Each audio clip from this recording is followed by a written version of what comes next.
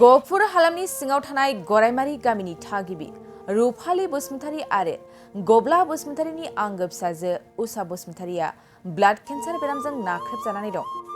सनापुर बड' गोजौ फरायसालियाव 10 थाखोआव फरायबाय थानाय समावनो ब्लाड केन्सार बेरामजों भुगिनांदों। ओनसोलनि डाक्टार आरो गुवाहाटीनि केन्सार देहा फाहामसालियाव दिन्थिनायनि उनाव मिथिनो मोन्दोंदि उषा बसुमतारीना देहायाव केन्सार बेरामजों भुगिनांदों होननानै। फरायनाय आरो गेलेनायनि समाव बिनानाव उषा बसुमतारीनि देहायाव ब्लाड केन्सार बेरामजों साग्लोबदों।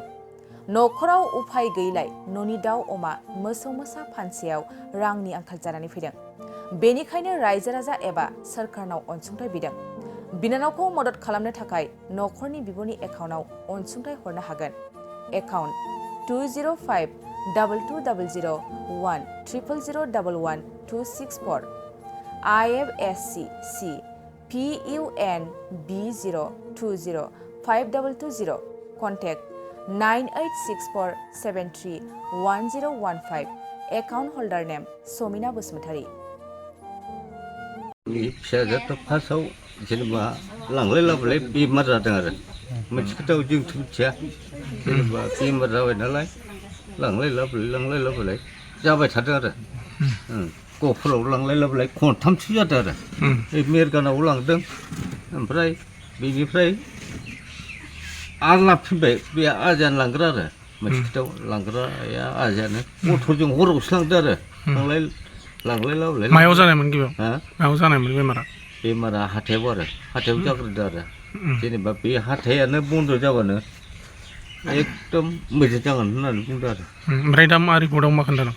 रिपर्टआव माने बेखौनो केन्सार ब्लाड होनना बुंदों आरो जेनेबा केन्सार ब्लाड आरो ओमफ्राय दा मा बुंनो लुगैगोन नोंथाङा दायो?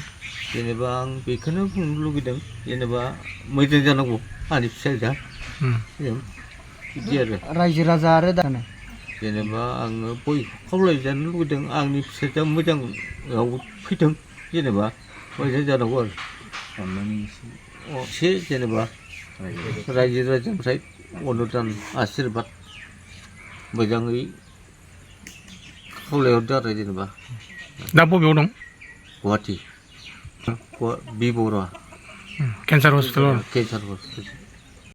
जोंहा आंनि बिबथै गब्ला बसुमतारीनि फिसाजो उषा बसुमतारीया दा देग्लाय बे बोसोराव 10 थाखोआव सनापुर बर' हाइ स्कुलाव फरायनाय सासे फरायसा बियो हरखाबै मोनसे सिगाङाव गिबियै माने हाथायाव ओंखाम जानो हाया बेबायदि हाथायाव सानाय जानानै बेराम जादोंमोन। बिनिफ्राय बियो बेखौ लकेलनि जोंनि खाथि खालानि लकेलनि स'आव थानाय मेडिकेलफ्राव लांनानै फाहामथाय लादोंमोन। बेयाव हायैयाव थांनानै गफुराव खेबथामसो लांनाय जादों।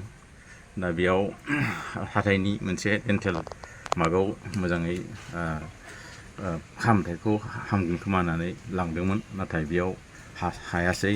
न'आव लाबोबाय, न'आव लाबोनानै हाथाइजों थै गबाय थादों सानथामसोआव, आरो सानथामनि उनाव बारा जानानै बिसिनायाव गोलैनानै थादों। ओंखामबो जानो हायाखै, दैबो लोंनो हायाखै, बिदिनो गोब्राब जालांदों। हरखाबै हाथाइजों थै गनाया अभार जानानै आनलिमिट माने थैया गलांबाय थादों आरोना। बे गथ'आ बिराद गाज्रि अबस्थायाव दंमोन। आंबो गुबुन जायगायावसो दंहैयोमोन, फैनानै आङो नुफैबाय बिराद गाज्रि अबस्था। हरसे आं ओइदिनखालि बे बेमारिजों थाफादों बेयाव। बिनिफ्राय आङो बिथोन होना गालांदों थाबैनो नोंसोरो गुबुन जायगायाव लांदो होननानै। थिग बिदिनो JNRCआव लाना थांदोंमोन। बेनिफ्राय दिनै JNRCनिफ्राय केन्सार हस्पिटालाव ट्रेन्सफार जानानै दिनै दा फाहामथायखौ होगासिनो दङ। दा फाहामथायखौ होनायाव दा इसोरनि अननायाव जाहाथे एसे मोजाङाव फैबाय। दा थेवब्लाबो दिनै बे न'खरनि अबस्थाया जोबोद गाज्रि। बेनिखायनो बे न'खरनि जानानै आङो दिनै बे जोंनि गासैबो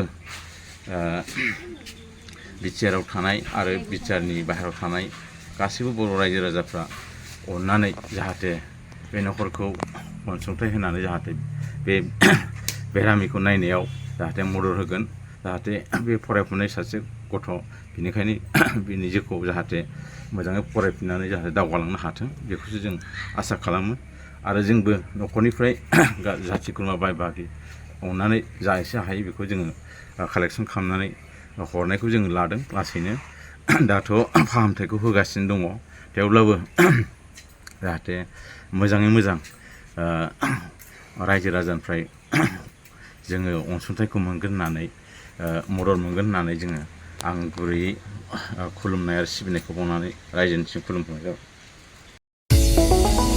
चिराङाव सावस्रि सिबिथायनि थाखाय मोनसे मोजां फाहामथायनि राहाखौ लानानै फैदों एसटि क्लिनिकआ।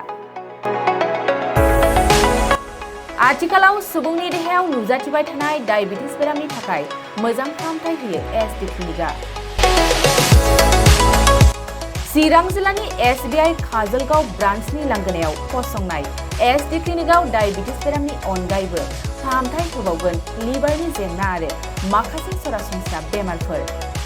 बे एसटि क्लिनिकआव डायबिटिस बेरामनि फाहामथायखौ होगोन जर'खा फाहामगिरि डक्टर समिक देबा। नोंथांमोना फुं आरो मोनाबिलि समावबो बे क्लिनिकआव फाहामथाय लानो हागोन।